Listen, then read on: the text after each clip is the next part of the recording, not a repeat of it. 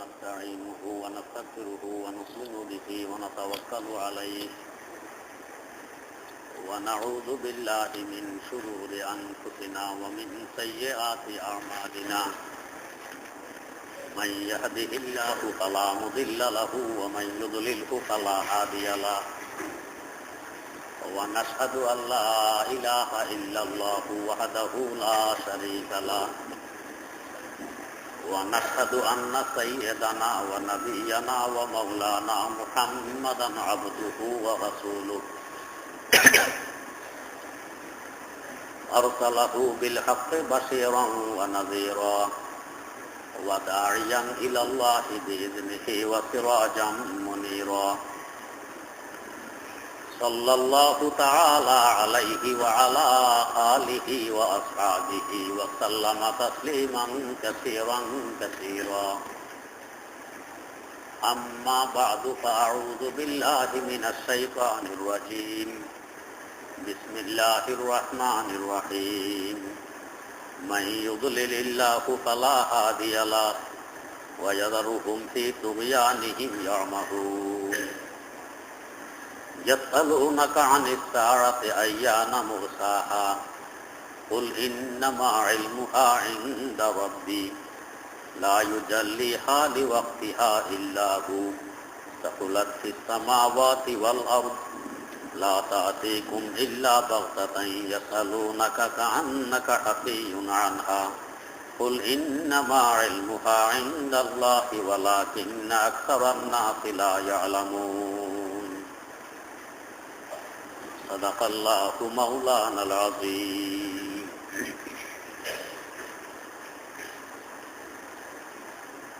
সূরা আরাফের 187 নম্বর আয়াত থেকে তেলাওয়াত করা হয়েছে। তেলাওয়াতকৃত আয়াতে আল্লাহ রাব্বুল আলামিন তাঁর প্রিয় রাসূল হযরত মুহাম্মদ মুস্তাফা সাল্লাল্লাহু আলাইহি ওয়াসাল্লামকে সান্ত্বনা দিচ্ছেন।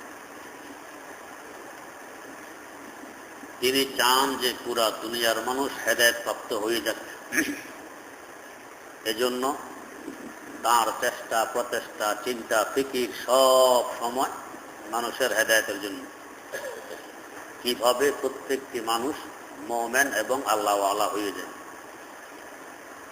এরপরও কিছু মানুষ ঈমান আনে না, উল্টা তাঁর বিরুদ্ধাচরণ করে। তিনি মনে ব্যথা পান। এত সুন্দর দলিল, এত যুক্তি, এত প্রমাণ তাদের সামনে আসার পরেও এরা আল্লাহ পাককে বিশ্বাস করে না, ঈমান আনে না। এতে হুজুর কষ্ট পান। আল্লাহ রাব্বুল আলামিন আজকের পাঠিত আয়াত দ্বারা তাকে সান্ত্বনা দিতেছেন। কাফেররা ঈমান না আনার পাশাপাশি তাকে অহেতুক কিছু প্রশ্ন করেও বিরক্তি করে। অহেতুক প্রশ্নের মাধ্যমে বিরক্ত করে। বর্তমানেও দেখা যায় অহেতুক প্রশ্ন আমরা অনেকেই করি। এটার সম্পর্ক আকীদার সাথেও নেই, আমলের সাথেও নেই, তারপরেও করি। কেউ তো করি দেখি হুজুর জবাব দিতে পারে কিনা।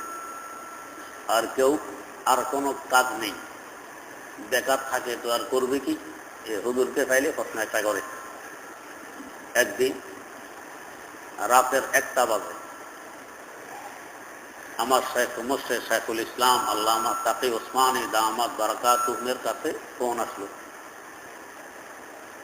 আর হুজুর এর আগে ঘুমিয়ে পড়েন, তাহাজ্জুদের সময় আবার উঠতে হবে। সময় মতো যদি ঘুম দিতে না পারেন তো ওনার মাথা ব্যথা হয়, পরে কাজ করতে অসুবিধা হয়। ফোন বাজাতে ঘুম ভাঙতে হুজুর ভাবলেন যে কেউ কোনো বিপদে পড়ছে। ফোন ধরলেন, ধরার পর জিজ্ঞেস করতেছে, হুজুর কেউ চাঁদে গেলে কোন দিকে ফিরে নামাজ পড়বে? হযরত বললেন যে ভাই এই মুহূর্তে চাঁদের মাসালা কি দরকার পড়ছে? না, আমরা 3-4 জন সাথী গপসপ করতেছিলাম, এর মধ্যে কথা এটা আসলো আর কি, চাঁদে গেলে কোন দিকে ফিরে নামাজ পড়বে। হযরত বললেন আগে যাই এলেন, যাওয়ার পরেই না সমস্যা আসবে, এরপরে সমাধানের দরকার। এখন জানেন রাত কয়টা বাজে? জি জনাব, রাত কা 1 বাজ রা হ্যায়। জি, রাতের 1টা বাজে। মানে ওর কাছে এগুলো কিছুই না, কারণ ওরা তো আড্ডা দেয় 3টা পর্যন্ত, তো 1টা তো এদের কাছে কিছুই। আর যারা আল্লাহ এর তো আগে আগে শুয়ে পড়ে, এদের আবার 3টা বাজে উঠতে হবে। তো 3টা বাজে এদের উঠার সময়, এদের শোয়ার সময়, ওর কাছে এটা কিছুই না। কিন্তু এই বেচারা তো ঘুমতে ভাঙলো, এখন মাথা ব্যথা শুরু হবে কালকে থেকে। এরপরে কাজ করতে পারবো না ঠিকভাবে, সারাটা দিন এবং রাত নষ্ট করে দিই। কি দিয়া? বেহুদা মাসালা। চাঁদে গেলে নামাজ কোন দিকে ফিরি পড়বে? দুনিয়া থাকতে তো নামাজ পড়ো না, ওইখানে গেলে তাদের নামাজের ফিকি। আগে এখানে নামাজ পড়ো, এরপর ওইখানে ফিকি। আমাদের লাকসামের একজন বড় বুজুর্গ ছিলেন, ফেনী সরষিদি মাদ্রাসার উস্তাদ।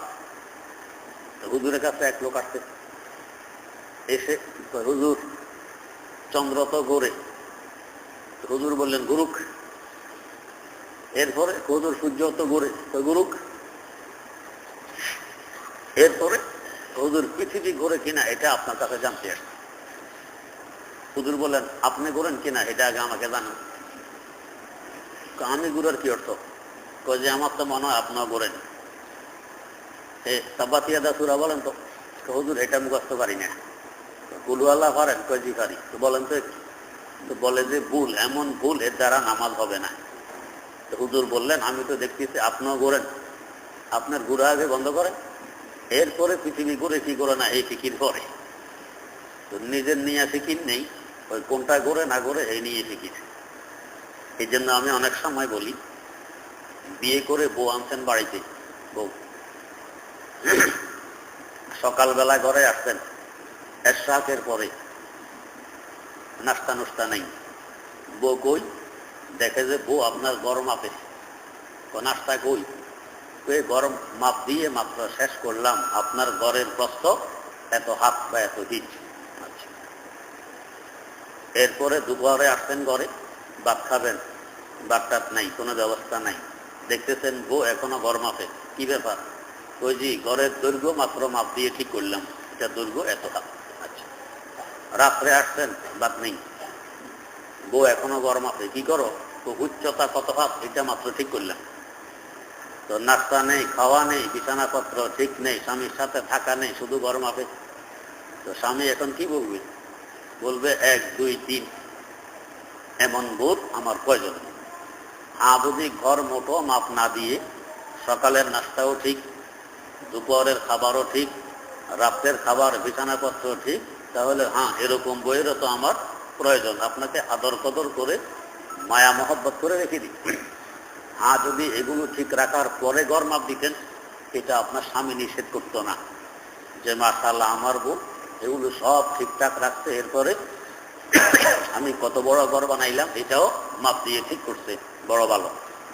তো এখন আমি যদি আমার আল্লাহর আদেশ নিষেধ সব মানার পরে চিন্তা করতাম পৃথিবী ঘুরে কি ঘুরে না, চন্দ্র সূর্য ঘুরে না স্থির থাকে, কে কাকে কেন্দ্র করে ঘুরে, তাহলে ভালো কথা, আমার আল্লাহর কুদরত প্রকাশ পাইতো, ঈমান আরো মজবুত হইত। এখন নিজের নামাজ কালামের ফিকির নেই, আল্লাহ পাকের হুকুম হাকামের কোনো বালাই নেই। এখন কোনটা ঘুরে আর না ঘুরে, কত মিনিট গতিতে মিনিটে কত মাইল গতিতে ঘুরে, ওজন কোনটার কত, এই নিয়ে সারাদিন ব্যস্ত। তাহলে স্বামী যেরকম তার স্ত্রীকে 1, 2, 3 বলছিল, আল্লাহ পাক এই বন্দাকে কি করবেন? আয় ওকে দুনিয়া গোড়া একটু দেখাই দেই, চন্দ্র গোড়া সূর্য গোড়া দেখাই দেই, মেরুদণ্ডের হাড় গুঁড়ো করবেন কি? করবেন। তা আমরা নিজের ফিকির বাদ দিয়া ওই বেহুদা কথাবার্তা নিয়ে ঘুরি। তার মানে হইল আমার কোনো কাজকর্ম নেই, বুঝবুদ্ধির অভাব। তো আল্লাহ রাসূল সাল্লাল্লাহু আলাইহি ওয়াসাল্লাম কেউ মক্কার মুশরিকরা এইভাবে বেহুদা প্রশ্ন করে বিরক্ত করতে। তার মধ্যে একটা বেহুদা প্রশ্ন কি করছে? আল্লাহ পাক বলতেছেন ইয়াসআলুনাকা আনিস সাআতি আইয়ানা মুরসাহা। ও নবী, আপনাকে যে কুরাইশ বংশের লোকেরা প্রশ্ন করতেছে কি কিয়ামত কবে কায়েম হবে, তারিখটা একটু বলে দেন। আপনি তো কিয়ামতের সংবাদ দিতেছেন, কিয়ামত আসবে আসবে আসবে, তো কবে আসবে তারিখটা বলে দেন। যদি তারিখ ঠিকঠাক বলেন আর এই তারিখে কিয়ামত আসে, তো বুঝবো আপনি সত্য নবী। কত বড় বেওকুফি আর আহমকি মনে করেন। তারিখ বলে দিলে ওই তারিখে কিয়ামত আসলে বুঝবো সত্য নবী। এখন বুঝলে কি লাভ হবে? কিয়ামত তো চলেই আসছে, আমি তো ধ্বংস হয়েই গেছি, এখন সত্য নবী বুঝে আসলে কি লাভ? হ্যাঁ, এত বড় বেওকুফির প্রশ্ন করতেছে, তখন বুঝবো আপনি সত্য নবী। ইয়াসআলুনাকা আনিস সাআতি আইয়ানা মুরসাহা। আইয়ানা মানে কখন, মুরসাহা মানে গঠিত হবে, কখন কিয়ামত গঠিত হবে। আল্লাহ রাসূল সাল্লাল্লাহু আলাইহি ওয়াসাল্লামকে আল্লাহ পাক উত্তর শিখাই দিলেন, কুল ইন্নামা ইলমুহা ইনদা রাব্বি। তো এটার জ্ঞান একমাত্র আমার পালনকর্তার কাছে আছে। কিয়ামত কবে হবে এটা আমি জানি না, আমি বলতে পারবো না। এটা জানার একমাত্র আমার আল্লাহ। আল্লাহ পাক আমাকে জানাননি, কাউকে জানাননি, আজ পর্যন্ত কাউকে জানাননি। এখন প্রশ্ন, কেন জানাননি? জানাইলে কি সমস্যা হইত? জানাইলে সমস্যা হইত যারা কিয়ামতের বিশ্বাসী, আখিরাতের বিশ্বাসী, এরা খাওয়া দাওয়া দুনিয়ার সমস্ত কায় কারবার বন্ধ করে শুধু আল্লাহ বিল্লাহ করত, দুনিয়ার নিজাম চলত না, এই জন্য জানান নাই। আর যারা নাস্তিক, ধর্মবিদ্বেষী, আল্লাহকে বিশ্বাস করে না, আল্লাহর অস্তিত্ব স্বীকার করে না, এরা আরো সাহস পেয়ে যেত, ও আসবে আরো 10,000 বছর পরে, তো যা ইচ্ছা তাই করে লো। তো ওদের সাহস বাড়ত, এরা আরো উল্টা চলত। আর যারা আল্লাহকে বিশ্বাস করে এরা কিয়ামতের ভয়ে দুনিয়ার কায় কারবার সব ছেড়ে দিত। তাহলে উভয়টাই ক্ষতিকর, এই জন্য আল্লাহ পাক জানাননি। যারা কিয়ামতের বিশ্বাসী, আখিরাতের বিশ্বাসী, এরা আখিরাতের জন্য প্রস্তুতি গ্রহণ করবে সব সময়। হতে পারে এই মুহূর্তে কিয়ামত আসবে, হতে পারে এই মুহূর্তে কিয়ামত আসবে, এই জন্য সবসময় প্রস্তুত থাকবে। হাকিমুল উম্মত মুজাদ্দিদুল মিল্লাত হযরত শাহ আশরাফ আলী থানভী রাহমাতুল্লাহ আলাইহি একদিন এক মজলিসে, বড় বড় 3 জন আলেম আছেন আর কেউ নেই, আল্লামা কারি তৈয়ব সাহেব রহমতুল্লাহ আলাইহিও সে মজলিসে বসা ছিলেন। উনি বলতেছেন, হযরত থানভী চতুর্দিকে তাকাইলেন অন্য কেউ আছে কিনা, দেখেন যে আর কেউ নেই, 3 জন বড় বড় আলেম। এর মধ্যে হঠাৎ বললেন, জোশে আসতেন, হালাত তারি হয়ে গেছে, জোশে আসতেন, এসে বলতেছেন, এই মুহূর্তে যদি আমার মওত আসে আমি আলহামদুলিল্লাহ 16 আনা প্রস্তুত। এই মুহূর্তে যদি আমার মওত আসে আমি আলহামদুলিল্লাহ 16 আনা প্রস্তুত। তার মানে দুনিয়ার কোনো মাখলুক আমার কাছে কোনো হক পাবে না। আল্লাহ রাব্বুল আলামিনের আদেশ নিষেধ আমি সব আলহামদুলিল্লাহ পালন করেছি, এবং কোনো গুনাহ খাতা ইত্যাদি বাকি রাখিনি, যে তওবা করিনি। তার মানে মওতের জন্য যত প্রস্তুতির প্রয়োজন সব প্রস্তুতি আমার হয়ে গেছে। এই মুহূর্তে মওত আসলে আমি পুরোপুরি প্রস্তুত। তার মানে এখন মওতের অপেক্ষায় আছেন, মওতের জন্য সব, মওতের জন্য অপেক্ষা, আনন্দ, মওত কবে আসবে। হাদিস শরীফে তো মওত চাইতে নিষেধ এসেছে, তোমরা বলবা না যে আল্লাহ আমাকে মওত দিয়ে দাও। আর এদিকে বুজুর্গানে দিন মওতের অপেক্ষায় থাকেন, কবে মওত আসবে। মনে হয় যেন দুটার মধ্যে বিরোধ, টকরাও। আসলে বিরোধ নেই, কোনো বিপদে পড়ে, মুসিবতে পড়ে মওত কামনা করা এটা নিষেধ। তার মানে এই বিপদটা কেন আমার উপরে আসলো, আল্লাহ পাক ভালো কাজ করেন নাই, এই জন্য আমি চলে যেতে চাই, এটা নিষেধ। হ্যাঁ, মওতের পূর্ণ প্রস্তুতি থাকার পর যদি আমি মওতের তামান্না করি, মওতের আকাঙ্ক্ষা করি, এটা নিষেধ নয়। মওতের পূর্ণ প্রস্তুতির পর মওতের আকাঙ্ক্ষা করা এটা নিষেধ নয়। তো হযরত থানভী রাহমাতুল্লাহ আলাইহি বললেন, এই মুহূর্তে মওত আসলে আমি মওতের জন্য পুরোপুরি প্রস্তুত। এটা হাদিস দ্বারা নিষেধ নয়, বরং এটা ভালো। কারণ হায়াতের বাধার কারণেই তো আল্লাহ রাব্বুল আলামিনের সাথে সাক্ষাৎ পাই না, হায়াতের বাধার কারণেই তো আখিরাতের সুখ শান্তি পাই না, হায়াতের বাধার কারণেই তো আমি আমার বাস্তব জীবনে পৌঁছতে পারি না। এই বাধাটা সরে গেলেই তো আমি বাস্তব জীবনে পৌঁছবো, বাধা সরে গেলেই তো আমি সুখ শান্তি পাবো, বাধা সরে গেলেই তো আল্লাহ রাব্বুল আলামিনের সাক্ষাৎ পাবো। এইটা খুশির কারণ হবে নাকি বেজারের কারণ হবে? খুশির কারণ। যাই হোক, তো আল্লাহ রাব্বুল আলামিন এই জন্য কিয়ামতের নির্দিষ্ট সন, তারিখ, দিন জানাইয়ে দেননি। জানাই দিলে 2 গ্রুপের জন্যই ক্ষতি। যারা আল্লাহওয়ালা এরা কাজকর্ম সব ছেড়ে দিবে, আর যারা নাস্তিক মুরতাদ এদের দুঃসাহসিকতা আরো বাড়বে। আল্লাহ পাক জানাইলেন না, যাতে আল্লাহওয়ালারা সব সময় প্রস্তুত থাকে যে যেই মুহূর্তে আসবে এই মুহূর্তে আমি তৈরি। কুল ইন্নামা ইলমুহা ইনদা রাব্বি লা ইউজাল্লিহা লিওয়াক্তিহা ইল্লা হু। সময় মতো আল্লাহ পাক কিয়ামতকে প্রকাশ করবেন, কিয়ামত কায়েম করবেন সময় মতো। এই সময়টা কখন, এটা উনি ভালো জানেন, আমরা জানবো না। ওয়াস্তাকুলাতিস সামাওয়াতি ওয়াল আরদ, এই কিয়ামতটা আকাশসমূহ এবং জমিনের জন্য বড় ভারী একটি কারণ, ভারী একটি ঘটনা। কারণ আমরা যতই মওতের জন্য অপেক্ষায় থাকি, কিন্তু দুনিয়াতে 50, 60, 70 বছর বসবাস করার কারণে দুনিয়ার সাথে কিছু মহব্বত কি হয়নি? যে জায়গায় মানুষ বসবাস করে ওই জায়গার সাথে কিছু মহব্বত হয়, ইচ্ছায় অনিচ্ছায় কিছু ভালোবাসা হয়ই। তো দুনিয়াতে বসবাস করার কারণে দুনিয়ার সাথেও কিছু ভালোবাসার মহব্বত হবে, মহব্বত করতে না চাইলেও হবে, যেহেতু এখানে থাকছি। তাই যাওয়ার সময় কিছু না কিছু হইলেও কষ্ট লাগবে, দুনিয়ার টান লাগবে। যেমন আমরা যখন হোস্টেলে থাকছি, বিদায়, এখন লেখাপড়া ওইখানে শেষ, যে হোস্টেল থেকে বিদায় নিতে চোখের পানি ছাড়া ছাড়া তো আমরা বিদায় নিতে পারিনি। আপনাদের কি অবস্থা আপনারা জানেন, আমরা তো কাঁদছি। বরং আমি তো আমার মাদ্রাসা থেকে আসার সময় 1 সপ্তাহ আগ থেকে আমার চোখের পানি পড়া আরম্ভ হয়েছে। 1 সপ্তাহ আগ থেকে মাদ্রাসায় ছুটি হয়ে গেছে, এখানে আর ক্লাস নেই, বাড়িতে আসছি, থাকতে পারি না। আমি আবার মোহতামিম সাহেবের বাড়ি চলে গেছি, থাকা সম্ভব হয় না, এত কষ্ট। তাহলে দুনিয়াতে কিছুদিন থাকার কারণে দুনিয়ার সাথেও কিছু না কিছু মহব্বত আর ভালোবাসা জন্ম নিবে। এই ভালোবাসা বাদ দিয়ে দুনিয়া থেকে বিদায় নেয়া কিছু না কিছু কষ্টের কারণ হবে। এই জন্য আল্লাহ পাক বলেন, তাকুলাতিস সামাওয়াতি ওয়াল আরদ, আকাশসমূহে এবং জমিনে, এটা বড় ভারী কাজ, বড় কঠিন কাজ। সকলের জন্য এটা কঠিন মনে হবে, আল্লাহ ওয়ালার জন্য হবে, আর আল্লাহ বিদ্বেষীদের জন্য তো হবেই, কঠিন কাজ মনে হবে। কারণ ওই দিন তো সবকিছু তছনছ হয়ে যাবে।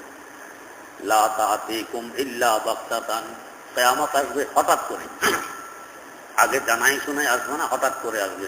কি পরিমাণ হঠাৎ? তাফসীরে রুহুল মাআনিতে উল্লেখ আছে যে খাওয়ার জন্য লোকমা ধরছে, এখনো মুখে দেয়নি, এ সময় কিয়ামত কায়েম হয়ে যাবে, লোকমাটা মুখে দিতে পারবে না। কোমটের দুধ দহন করছে, দুধ নিয়ে ঘরে যেতেছে, এখনো দুধ খাওয়ার সুযোগ হয়নি, পান করার সুযোগ হয়নি, এই মুহূর্তে কিয়ামত চলে আসবে।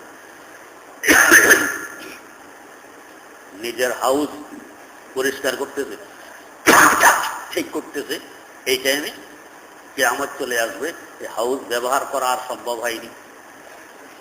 এইভাবে হঠাৎ করে কিয়ামত চলে আসবে। লা তাআতিকুম ইল্লা বাগতাতান, হঠাৎ কিয়ামত চলে আসবে, মানুষ বুঝতেও পারবে না যে কিয়ামত এসে গেছে। তবে কিয়ামতটা হঠাৎ করে আসবে। কিয়ামতের কতগুলো আলামত, কতগুলো চিহ্ন, কতগুলো নিদর্শন আল্লাহ পাক আগে থেকে দিয়ে দিবেন, যাতে মানুষ ওইগুলো দেখে প্রস্তুতি গ্রহণ করতে পারে। আল্লাহ রাব্বুল আলামিন আমাদেরকে মওত দেন, রূহ কবজ করেন কে? হযরতে ইসরাঈল আলাইহিস সালাম। তাকে একদিন জিজ্ঞেস করা হইল, এই কোটি কোটি জানদারের রূহ আপনি কবজ করেন হঠাৎ করে, আগে খোঁজখবর দিলে ভালো হয় না? যে আমি আসতেছি, প্রস্তুতি গ্রহণ করো। তাহলে তো আমরা আল্লাহ বিল্লাহ করে একবারে তওবা তিল্লাহ করে প্রস্তুত হয়ে থাকতাম। আপনি হঠাৎ করে আসেন, রূহ নিয়ে যান, প্রস্তুতি গ্রহণ করা সম্ভব হয় না। আগে সংবাদ দিলে তো ভালো হইত।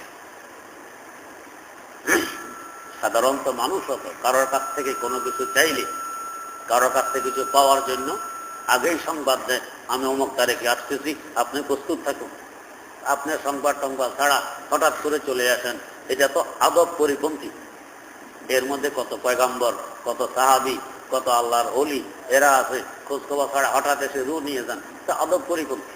আগে খোঁজখবর দিলেই তো ভালো হইত। উনি জবাব দিলেন, খোঁজখবর তো দেই, বিনা খোঁজে তো আসি না। কই খোঁজখবর দেন? আমরা তো জানি না। কই কেন? আপনার মাথার চুল সাদা হয়নি?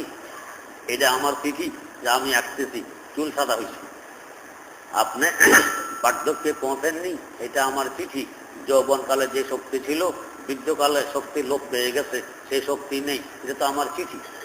আপনি রোগ আক্রান্ত হননি, এই রোগ তো আমার আরেক চিঠি যে আমি আসতেছি, আগে রোগ পাঠাই না। এইভাবে একটা একটা করে, আগে আপনি এমনি হাঁটতেন, এখন লাঠি ছাড়া হাঁটতে পারেন না, এইটা তো আমার আরেক চিঠি। আগে কত জোরে সোরে কথাবার্তা বলতে পারতেন, এখন কাছে কান নিলেও আপনার কথা বোঝা যায় না, এটা আমার আরেক চিঠি। এইভাবে বহু চিঠি আমি আল্লাহর বান্দাদের কাছে পাঠাই, এরপরে আসি। আমি দম করে আসি না, হঠাৎ করে আসি না। এগুলো বুঝলে তো হযরত আলী মুরতাদা রাদিয়াল্লাহু তাআলা আনহু কত সুন্দর ভাষায় বুঝাইলেন। তার ভাষায়, বেলালু সাইবে ফি ফাউদাই কানাদা বেআলা সাউতে হাইয়া আলাল জিহাদি লাহু মালাকুন ইউনাদি কুল্লা ইয়াউমিন লিদুলিল মাউতি ওয়াবনু লিল খারাবি লিদুলিল মাউতি ওয়াবনু লিল খারাবি। মানুষের চুল সাধারণত মাথার দুই পার্শ্বে কানের উপরে সাদা হয়। প্রথম চুল সাদা হয় মাথার দুই পাশে কানের উপরে। কেন? মানুষ আজান দিলে, কোনো কথাবার্তা বললে এই শব্দটা কোন অঙ্গের মাধ্যমে শোনে? কানের মাধ্যমে। কানের পাশে চুল পাকা মানে যেন আমার বৃদ্ধকালের মুয়াজ্জিন বেলাল কানের ডগায় দাঁড়াইয়ে, কানের পাশে দাঁড়াইয়ে আজান দিয়ে দিল যে তোমার বিদায়ী ঘন্টি বেজে গেছে, প্রস্তুতি গ্রহণ কর। হযরত আলী বলতেছেন, বেলালু সাইবে ফি ফাউদাই কানাদা বেআলা সাউতে হাইয়া আলাল জিহাদি। বড় আওয়াজে আযান দিতেছেন, হাইয়া আলাল জিহাদ, যাওয়ার জন্য প্রস্তুতি গ্রহণ কর। লাহু মালাকুন ইউনাদি কুল্লা ইয়াউমিন, এর জন্য ফেরেশতা আছে, প্রত্যেকদিন আওয়াজ দিতেছে। কিসের আওয়াজ? লিদুলিল মাউতি ওয়াবনু লিল খারাবি লিদুলিল মাউতি ওয়াবনু লিল খারাবি। মৌতের জন্য জন্মগ্রহণ করো আর বিল্ডিং বানাও বিরান হওয়ার জন্য। তো আমাদের জন্মগ্রহণ করা মানিয়ে মৌত আসতেছে অনিবার্য, আর ঘর বাড়ি বানাতেছি তার মানে এটা বিরান হবে অনিবার্য। এই ঘরকে বিরান রেখে আমি বিদায় নিয়ে যাব। তাহলে চিঠি তো আসে, হঠাৎ করে তো মৌত আসে না, আগে চিঠি আসে। ঠিক তেমনি ভাবে কিয়ামত যদিও হঠাৎ করে আসে এক হিসাবে, কিন্তু এর আগে অনেকগুলো আলামত আল্লাহ রাব্বুল আলামিন রাসূল সাল্লাল্লাহু আলাইহি ওয়াসাল্লামের মাধ্যমে ওই আলামতগুলো আমাদেরকে জানাই গেছেন। কি কি আলামত, কি কি চিহ্ন পরিলক্ষিত হলে বুঝবে যে কিয়ামত সন্নিকটে। তার মধ্যে একটি আলামত হইল যে দেখবে সন্তানেরা পিতামাতার অবাধ্য হয়ে পড়বে, পিতামাতার কথা শুনবে না। এই আলামত প্রকাশ হয়ে গেছে। এখন আমরা দেখতেছি অন্তত 80% সন্তান পিতামাতার কথা শুনে না। এরা মনে করে আমরা ভালো বুঝি, এই বুড়া বুড়ি বোঝে না। পিতামাতার কথা 80% সন্তানেরা শোনে না। সকলের ঘটনা প্রকাশ পায় না, যাদের যাদের প্রকাশ পায় দেখি অবস্থা। উপর দিয়ে কত সুন্দর সংসার, ছেলেখেলারা শিক্ষিত, কিন্তু ভিতরগত সংবাদ শুনলে তখন দেখা যায় অশান্তির আগুন গড়ে চলতেছে। একজন বুড়ো মানুষ আমার কাছে এসে কান্ত, উনি বাড়ির মালিক। এখন দেখি না, বাড়ির মালিক কান্ত, হুজুর আমার ছেলে সবসময় শ্রেণী দাঁড়াইয়া রাখে, শ্রেণী কি জন্য? তো আমাকে ফাইলে জবাই করবে। একটা মাত্র ছেলে বাড়িতে থাকে না, বেচারা শেষে বাধ্য হয়ে তাবলিগে শুধু চিল্লা লাগায়, ও বাড়িতে আসলে তো আমার জবাই করবে, শ্রেণী দাঁড়াইয়া রাখে। তো বাড়ির মালিক এই লোকে তো 1-2 টাকা করে জমা করে এই বাড়ি বানাইছে, এখন ছেলে তাকে জবাই করার জন্য শ্রেণী দাঁড়াইয়া রাখে। দেখতে দেখা যায় বড় সুখ শান্তিতে আছে, তাবলিগ করে, ভালো কথা, কিন্তু বাড়ি আসতে পারে। কি পরিমাণ অশান্তি আন্দাজ করুন। তার স্ত্রী আছে, স্ত্রীর সাথে দেখা সাক্ষাৎ করতে পারে না, কারণ বাড়ি আসতে পারে না, দেখা সাক্ষাৎ করতে করতে। এই অশান্তির আগুন জ্বলতেছে 80% ঘরে। এটা কিয়ামতের আলামত, সন্তানেরা পিতামাতার অবাধ্য হবে। আর একটা আলামত, অযোগ্য মানুষ, মূর্খ মানুষ, নিম্ন শ্রেণীর মানুষ রাষ্ট্র পরিচালনার দায়িত্ব পাবে, দেশ চালাবে, ক্ষমতাসীন হবে, নেতৃত্ব দিবে কারা? অযোগ্য। হুফাতুল উরাত, বুখারী শরীফের হাদিস, হুফাতুল উরাত। তো এরা গরমের জন্য কাপড় পাইতো না, এমনকি চলার জন্য জুতা স্যান্ডেল খাইতো না, খালি পায়ে হাঁটতো, কোন রকম কাজকর্ম করে খাইতো। এরা ক্ষমতায় যাবে, এরা ক্ষমতাসীন হবে, এরা নেতৃত্ব দিবে কওমে। এটা কিয়ামতের একটা বড় আলামত। আল্লাহ, এইটাও এখন প্রকাশ হয়ে গেছে। এখন দুনিয়ার দিকে তাকান তো দেখবেন যারা যোগ্য মানুষ এরা দূরে, এরা এই কাজে আসে না, যারা অযোগ্য এরা এই কাজে আসে। কত মূর্খ মন্ত্রী মিনিস্টার সার্টিফিকেট জাল বানাইছে, হ্যাঁ, সার্টিফিকেট জাল বানাইয়া তো মন্ত্রী মিনিস্টার আসলে মূর্খ, লেখাপড়া তেমন জানে না। বড় বড় দায়িত্বে আছে, বড় বড় পদে আছে, লেখাপড়া জানে। আমাদের লাকসাম কলেজের কমিটির সভাপতি, ছোট দায়িত্ব তো নয়, তার কলেজের কমিটির সভাপতি, উনি এখন নেই, মারা গেছেন। মিটিং করছে, মিটিংয়ে আলোচনা করতে করতে আলোচনা আসছে যে কলেজের ছাত্ররা ভাইভাতে নম্বর কম পাইছে, তো এখন যিনি সভাপতি খুব গরম হইলেন, কোন স্যারের কাছে ভাইবার সাবজেক্টটা, তাকে ডাকেন, দেখি তাকে ডাকেন, ভাইবা কে পড়ায় তাকে ডাকেন। এখন অন্যান্য সদস্যরা না হাসবে না কানবে, ভাইবা কোন স্যারে পড়ায় তাকে ডাকেন, উনি তাকে ডাকছেন। একটা কলেজের সভাপতি, কিন্তু ভাইবা কি সে বোঝে না, এই জন্য কে পড়ায় একে ডাকতে কয় প্রফেসর। এই তো অবস্থা শুধু কলেজের নয়, দেশের এই অবস্থা। এই জন্য কোনো বুজুর্গ বলছিলেন, গোরবা মির সব বুঝির মোশেরা দরবা কুনাদ, গোরবা মির সব বুঝির মোশেরা দরবা কুনাদ, চুনি আর কানে দৌলত মুলকেরা বয়রা কুনাদ, চুনি আর কানে দৌলত মুলকেরা বয়রা কুনাদ। কিছু জীবজন্তু মিলে একটা রাষ্ট্র কায়েম করছে, কিছু জীবজন্তু মিলে একটা রাষ্ট্র। আমরা তো সাম্প্রদায়িকতা বলি, শুধু মানুষ মিলে রাষ্ট্র কায়েম করি। এই গরু ছাগল কুকুর বিড়াল এগুলো নাকি রাষ্ট্র কায়েম করি না, এটা তো একটা সাম্প্রদায়িকতা। এগুলো কেন বাদ দিলাম? আমরা যেরকম জীব, এরাও তো জীব। এই কুকুর বিড়াল শিয়াল শুয়োর এরা জীব না? গরু ছাগল উট গাধা এরাও তো জীব। এগুলো বাদ দিয়া রাষ্ট্র আমরা কায়েম করি, এটা তো এক সাম্প্রদায়িকতা। এখন সাম্প্রদায়িকতা বাদ দিতে হবে, তাই মিলে কোনা সকল জীব জানোয়ার মিলে একটা রাষ্ট্র কায়েম করি, তাহলে মোকাম্মাল সাম্প্রদায়িকতা দূর হবে। বড় ভালো তো রাষ্ট্র কায়েম করছে, করার পরে এখন কে কোন পদ নিবে ভাগ করছে। কি ভাগ? বিড়ালকে বানাচ্ছে রাজা, বিড়াল কি রাজা। এই বেচারা কুকুর দেখলে ভাগে, এই বেচারা শিয়াল দেখলে ভাগে, এত বিচ, এই যদি রাজা হয় তো অবস্থা কি হবে? আচ্ছা, এরপরে কুকুরকে বানাইছে প্রধানমন্ত্রী। কুকুর কি প্রধানমন্ত্রী।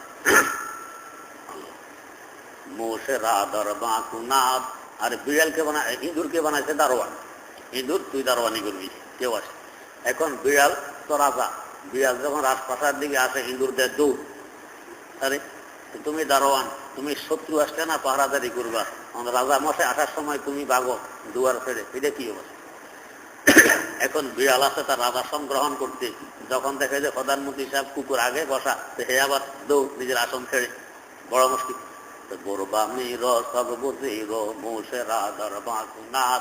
একজনকে দেখলে আরেকজন বাগে, এই রাষ্ট্রটা চলবে কোনোদিন?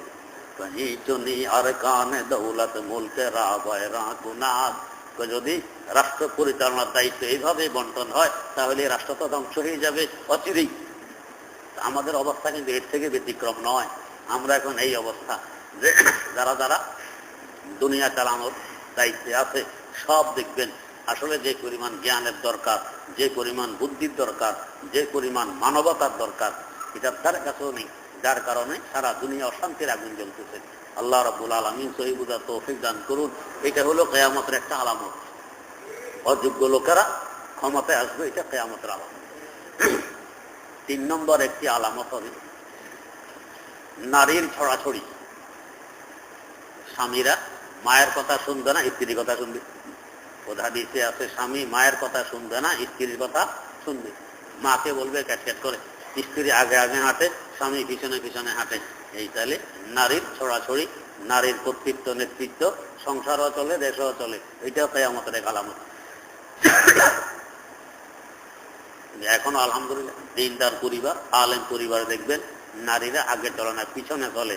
কি পরিমাণ শান্তিতে এরা বসবাস করে, ওদের নারীদেরকে জিজ্ঞেস করে দেখুন। নোয়াখালী ইসলামিয়া মাদ্রাসার প্রিন্সিপাল, টুমতর আলিয়ার প্রিন্সিপাল, এই গেছেন বিদেশে। তো বিদেশ থেকে ফিরে এসে বললেন যে আমাদের দেশ তো আল্লাহর রহমত এখনো ভালো আছে, ওখানে সব নারী আগে আগে, সব পুরুষ পিছনে পিছনে, বোঝাবাজি সব পুরুষের হাতে, নারী যেন একবার নেতৃত্ব দিয়ে পুরুষকে পিছনে পিছনে নিয়ে যায়, নারী আগে আগে। তো হঠাৎ দেখি যে এক জায়গায় পুরুষ আগে, নারী তার পিছনে। এটা দেখিয়ে ভাবলাম যে নিশ্চয় বাড়ি নোয়াখালী হবে, নিশ্চয় বাড়ি কোথায় হবে, নোয়াখালী হবে। তো আমি একটু দ্রুত গতিতে এগিয়ে গিয়ে সালাম দিলাম। তা বাংলা কথা জিজ্ঞেস করলাম, ভাই আপনার বাড়ি কই? নোয়াখালী। হ্যাঁ, তো এই জন্যই তো আপনি আগে, আপনার স্ত্রী পিছনে। নোয়াখালী না হলে এই কাজটা করতেন না, স্ত্রী আগে হাঁটতো, আপনি পিছনে হাঁটতেন। এটা নোয়াখালীর বৈশিষ্ট্য। এক সময় ছিল, আমার ভাই, আমার বড়জন নোয়াখালী ইসলামিয়া লেখাপড়া করছেন, উনি বলতেছেন কয়েকদিন সোনাপুর থেকে রেলগাড়িতে উঠছি, আমাদের স্টেশন খিলা, এখানে এসে নামবো। শীতকাল, গাড়ির দুয়ার জানালা সব বন্ধ। এক লোকে বিড়ি ধরাইছে, বিড়ি, রেলগাড়ির ভিতরে বিড়ি ধরাইছে। পুরা বগিতে আমরা দুইজন টুপিওয়ালা, আমি একজন, তো আরেক হুজুর, ওনাকে আমি চিনি না। এই লোক যখন বিড়ি ধরাইল, হুজুর উঠে গিয়ে তার মুখ থেকে বিড়ি টান দিয়ে জানলা দিয়ে নিক্ষেপ করলো। জানলা যে গ্লাস বন্ধ, হুজুর মানুষ, বুড়া মানুষ খেয়াল করে নাই, বোঝা যায় নাই, গ্লাস তো বন্ধ। তো ওইখানে বিড়ি বাড়ি খেয়ে আবার ফিরে বিড়ি খানওয়ালার পিঠে করছে, ওরা জামা একটু ছিদ্র হয়ে গেছে আগুনে। এখন সে কথা কইয়া উঠছে হুজুরের বিরুদ্ধে। তো কথা বলা মাত্র হুজুর বললেন, খবরদার বেশি কথা বলবা, কাফারা, মানে কাফের হইয়া, বেশি কথা বলবা, কাফারা। তো এই লোকটা একটা টুশব্দ করলো না, পুরা বগিতেও কেউ টুশব্দ করলো না। তো এইটাই দেখলাম নোয়াখালীর বৈশিষ্ট্য, যে হুজুরকে কি পরিমাণ ভয় পায়। মুখ থেকে টেনে বিড়ি ফালাইলো, আবার তার পিঠে জামা খুললো, এরপরও কোনো কথা বলার সাহস সে পাইল না। এই ঐতিহ্য নোয়াখালীর ছিল, এখন কিন্তু নাই। এখনো টাকা পয়সার ছড়াছড়ি, সব সংসারে কেউ না কেউ আছে বিদেশে, এক এক বিল্ডিং বানাইছে, ঢাকা শহরকে ফিট করে কোটি কোটি টাকা ব্যয় করে এক এক বাড়ি বানাইতেছে। জমি ঢাকা শহর থেকে দাম মোটাও কম নয়, এই অবস্থা হইতেছে। যেখানে টাকার ছড়াছড়ি শুরু হবে, দিন আসতে বিদায় নিয়ে যাবে, এই অবস্থা হয়। তো যাই হোক, সেই নারীর নেতৃত্ব, নারী চলবে আগে, পুরুষ চলবে পিছনে। আর স্বামীরা স্ত্রীর কথা শুনবে, মায়ের কথা শুনবে না। মা যেন অসহায়, কিন্তু এই স্ত্রী যে এক সময় মা হবে, এই চিন্তাটা মোটেও করে না। 4 নম্বর আলামত, মিরাস বন্টন করবে না। বোনেরা মাহরুম থাকবে, মেয়েরা বঞ্চিত থাকবে, ছেলেরা ভাইয়েরা সব সম্পদ হড়প করে নিবে, এরা সব খেয়ে ফেলবে, এদের কাছে থাকবে, বোনদেরকে সম্পদ দিবে না। এটাও বর্তমানে দেখা যায়, বোনদেরকে সম্পদ দেয় না, মেয়েদেরকে সম্পদ দেয় না, সব ছেলেদেরকে দিয়ে যায়। ছেলেরা সব দখল করে বসে, এটা একটা কিয়ামতের আলামত। এইভাবে আরো আলামত বহু আছে। আল্লাহ পাক তৌফিক দিলে ইনশাআল্লাহ সামনের মজলিসেও কিছু আলোচনা হবে কিয়ামতের আলামত নিয়ে। আল্লাহ রাব্বুল আলামিন সহি বুঝার তৌফিক দান করুন। ইয়াসআলুনাকা কাআন্নাকা হাফিয়ুন আনহা, তো তারা আপনাকে প্রশ্ন করে কিয়ামত সম্পর্কে, মনে হয় যেন আপনি একবারে তাহকিক করে ঠিক করে রাখতেন, কিয়ামত অমুক তারিখে অমুক দিনে এতটা সময় হবে, মনে হয় যেন এমন। কুল ইন্নামা ইলমুহা ইনদাল্লাহ, আপনি পরিষ্কার জানাইয়ে দেন, কিয়ামতের এলেম, কিয়ামতের জ্ঞান একমাত্র আমার আল্লাহর কাছে আছে, তিনি কাউকে জানাননি। ওয়ালাকিন্না আকসারান নাসি লা ইয়ালামুন, অধিকাংশ মানুষ এই রহস্যটা বোঝে না, না বুঝার ধরে উল্টাপাল্টা প্রশ্ন করে। আল্লাহ রাব্বুল আলামিন সহি বুঝে আমল করে উভয় জাহানে ধন্য হওয়ার তৌফিক দান করুন।